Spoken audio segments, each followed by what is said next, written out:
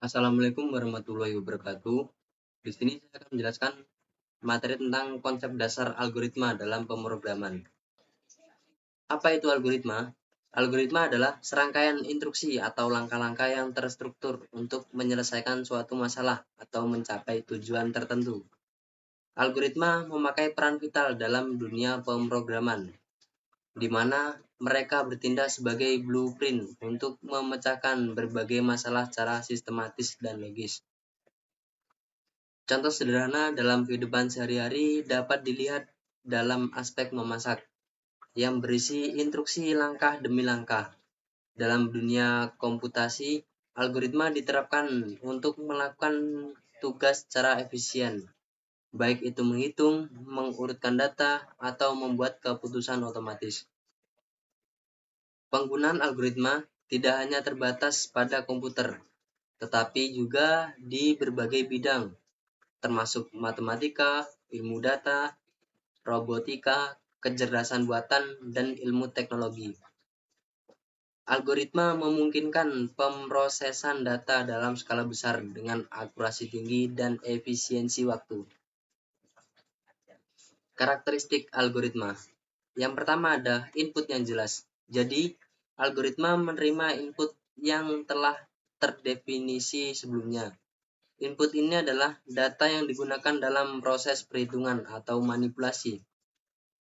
Contohnya, mencari bilangan terbesar dalam daftar angka memerlukan daftar sebagai input. Selanjutnya, output yang terdefinisi. Jadi, setiap algoritma harus menghasilkan output yang jelas berdasarkan input. Output adalah hasil akhir yang diharapkan setelah menjalankan algoritma. Output bisa berupa nilai tunggal, daftar, atau struktur data lain. Selanjutnya ada langkah-langkah yang terbatas. Jadi, algoritma harus terdiri dari langkah-langkah yang terurut dan memiliki batasan jumlah langkah. Ini berarti algoritma harus memiliki awal dan akhir yang jelas, sehingga tidak terus berulang tanpa akhir. Selanjutnya ada efektivitas. Jadi, setiap langkah dalam algoritma harus jelas, tidak ambigu, dan dapat dieksekusi dengan mudah oleh komputer. Langkah-langkah tersebut harus menggunakan sumber daya atau waktu memori secara efektif. Yang terakhir ada efisiensi. Jadi, algoritma yang baik harus menyelesaikan masalah dengan meminimalkan penggunaan waktu dan memori. Efisiensi menjadi faktor penting ketika menangani volume data yang besar atau ketika waktu pemrosesan sangat terbatas, seperti dalam aplikasi real-time. Selanjutnya, tipe algoritma. Yang pertama ada algoritma sederhana, yaitu ini adalah tipe algoritma yang paling sederhana, di mana langkah-langkah dijalankan secara berurutan, satu demi satu. Setiap langkah dijalankan tanpa pencabangan atau pengulangan. Contohnya, algoritma untuk menambahkan 2 angka. Selanjutnya ada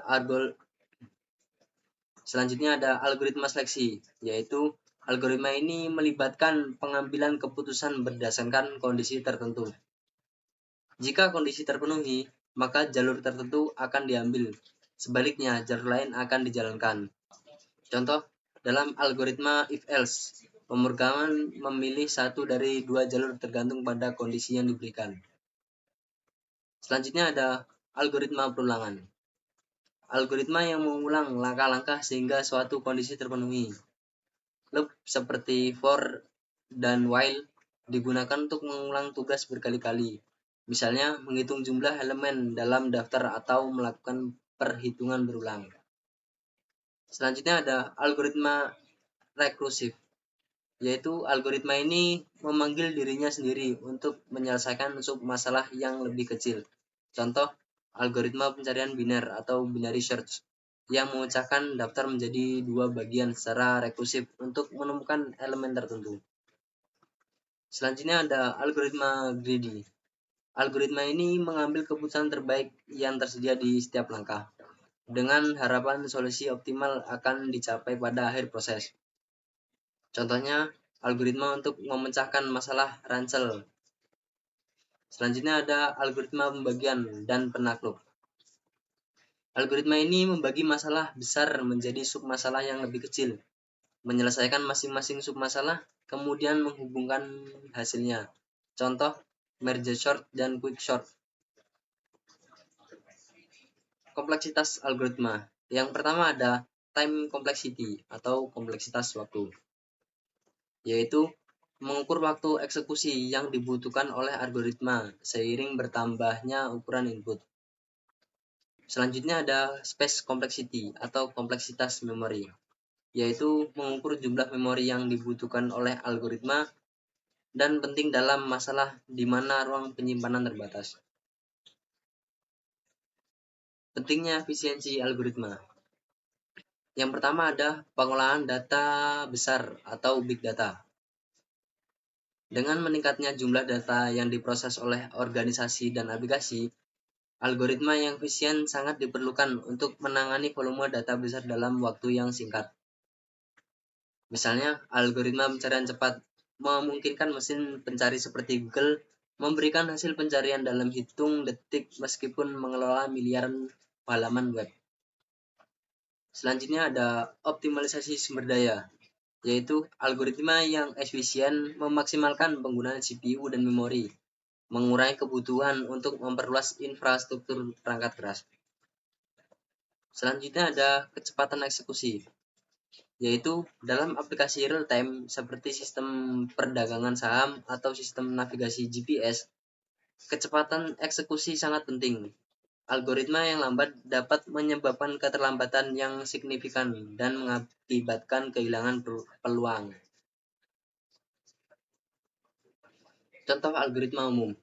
Yang pertama ada bubble sort, yaitu algoritma pengurutan yang sederhana namun tidak efisien untuk dataset besar. Algoritma ini memeriksa elemen yang berdekatan dan menukarnya jika tidak dalam urutan yang benar.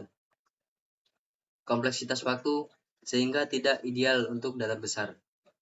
Selanjutnya ada merge sort, yaitu algoritma pengurutan yang membagi array menjadi subbagian, kemudian menggabungkannya secara berurutan. Algoritma ini jauh lebih efisien dibandingkan bubble sort dengan kompleksitas dan cocok untuk data besar. Selanjutnya ada linear search, yaitu algoritma pencarian yang memeriksa elemen satu persatu dari awal hingga akhir, sederhana namun lambat dengan kompleksitas. Dan yang terakhir ada binary search, algoritma pencarian yang lebih efisien, bekerja dengan membagi dataset yang terurut menjadi dua dan memeriksa salah satu bagian. Algoritma ini memiliki kompleksitas jauh lebih cepat daripada pencarian linear. Aplikasi algoritma dalam kehidupan nyata. Yang pertama ada pengembangan perangkat lunak, yaitu algoritma digunakan untuk memproses data, manajemen memori, optimisasi aplikasi, dan sistem basis AI. Selanjutnya ada kriptografi dan keamanan cyber. Selanjutnya ada algoritma enkripsi seperti AES, RSA, dan SHA untuk menjaga keamanan data dan informasi. Dan yang terakhir ada big data, yaitu algoritma digunakan untuk memproses, menganalisis, dan mengekstrak informasi dari dataset yang sangat besar, termasuk dalam teknologi pencarian seperti Google. Kesimpulannya adalah algoritma memegang peran yang sangat penting dalam berbagai aspek kehidupan, terutama dalam kehidupan pemrograman dan teknologi.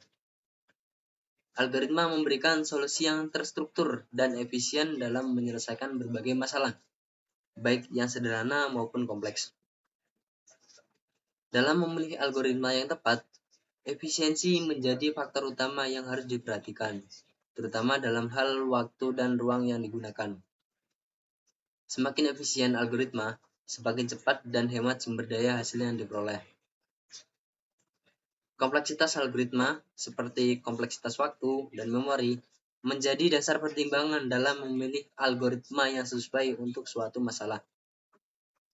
Seiring berkembangnya teknologi, algoritma harus berevolusi dan diterapkan di berbagai bidang, termasuk kecerdasan buatan, analisis data, dan keamanan cyber, yang semakin memperkuat pentingnya algoritma dalam dunia modern.